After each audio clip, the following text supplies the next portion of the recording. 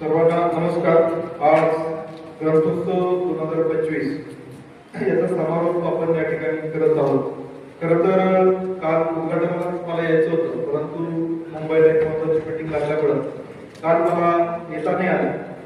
परंतु आज मला येता आल्याचा निश्चितपणे आनंद आहे, कारण यापूर्वी वर्ध्याला असताना मी प्रत्येक ग्रंथोत्सवाला आवर्जून हजेरी लावली होती. याचं कारण असं नाही की हा एक औपचारिक शासनाचा कार्यक्रम आहे आणि आपण तो जाऊन तिथं त्याला उपस्थिती नोंदवी असं याचं कारण नाहीये. असे अनेक कार्यक्रम असतात. आजही सकाळी आमच्या क्रीडा स्पर्धा होत्या, कृषी महोत्सव होता, त्यानंतर आंबेडकर अधिवेशन कडून UPSCच्या गुणगौरव सत्कार ज्यांचा झाला तो एक कार्यक्रम होता आणि आता हा ग्रंथोत्सव. परंतु याला येण्याचं आवर्जून येण्याचं जे कारण आहे त्याचं पुस्तकांशी माझा जो संबंध आहे तो फार लहानपणापासून आलेला आहे, सुदैवाने माझा सुदैव. आणि त्यामुळं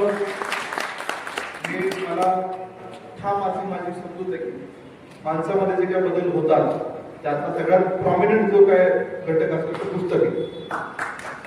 कारण आपण बघतो आजच्या काळामध्ये खूप चॅलेंजेस वाढलेले आहेत आपल्या समाजापुढे आणि समाजाचे जे काही प्रश्न आहेत तेच प्रशासनाकडे येत असतात. त्यामध्ये गरिबी असेल, विषमता असेल, रिसोर्सेस सगळे आपले कमी होत चाललेले आहेत. त्यामध्ये पाणी आहे, जमीन आहे, निधी आहे आणि पॉप्युलेशनचं प्रेशर तर आहे. परंतु अजून एक महत्वाची गोष्ट सिव्हिक सेन्स जो आहे, आपण ज्याला लोकांचं जे संवेदनशीलता आहे किंवा सर्वसाधारण जीवनामध्ये नियम पाळण्याची जी वृत्ती आहे तो एक महत्वाचं चॅलेंज आपल्याला अलीकडच्या काळामध्ये दिसतं. आणि प्रत्येक गोष्ट काय रेग्युलेशननी सुधारू शकत नाही.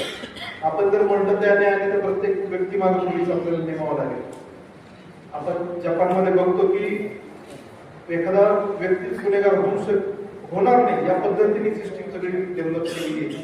परंतु रिॲक्शनरी पद्धतीने किंवा एखादी गोष्ट झाल्यानंतर किंवा एखाद्याला कायद्याचा किंवा कुठल्या तरी पनिशमेंटचा धाक दाखवूनच गोष्टी बदलतील इतकं सहज नसतं. त्यामुळे स्वयंप्रेरणेने गोष्टी बदलणं जास्त सोपं असतं आणि ते जर बदलायचं असेल तर सगळ्यात महत्वाची गोष्ट ग्रंथालय आणि ग्रंथ. म्हणून हा जो आजचा कार्यक्रम आहे तो महत्वाचा आहे. आजचा कार्यक्रम जरी आपण आजच्या खरं तर फार मोठी लग्नाची तिथी आहे. आजच्या कार्यक्रमाला आपले सर्व सन्माननीय सदस्य आहेत.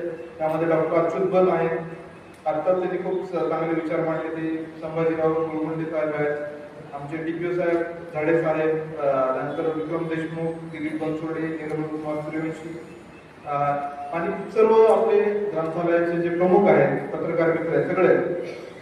तर महत्वाचा मुद्दा हा आहे की पुस्तक आयुष्यामध्ये कसं परिवर्तन घडवतं हे सगळ्यात महत्वाचं आहे. जेव्हा पर्सनल माझा व्यक्तिगत अनुभव आहे तो सुदैवाने माझे वडील शिक्षक होते आणि काही पुस्तकं मला शाळेत असताना आणले आणि मी ते चाळले, मला आवडले, वाचन गोडी लागली. मला आठवते पहिल्यांदा श्रीमान योगी पुस्तक आणलं होतं, मी 6वीला होतो. श्रीमान योगी म्हणजे रणजित देसाईंनी शिवाजी महाराजांवर लिहिलेली कादंबरी आहे.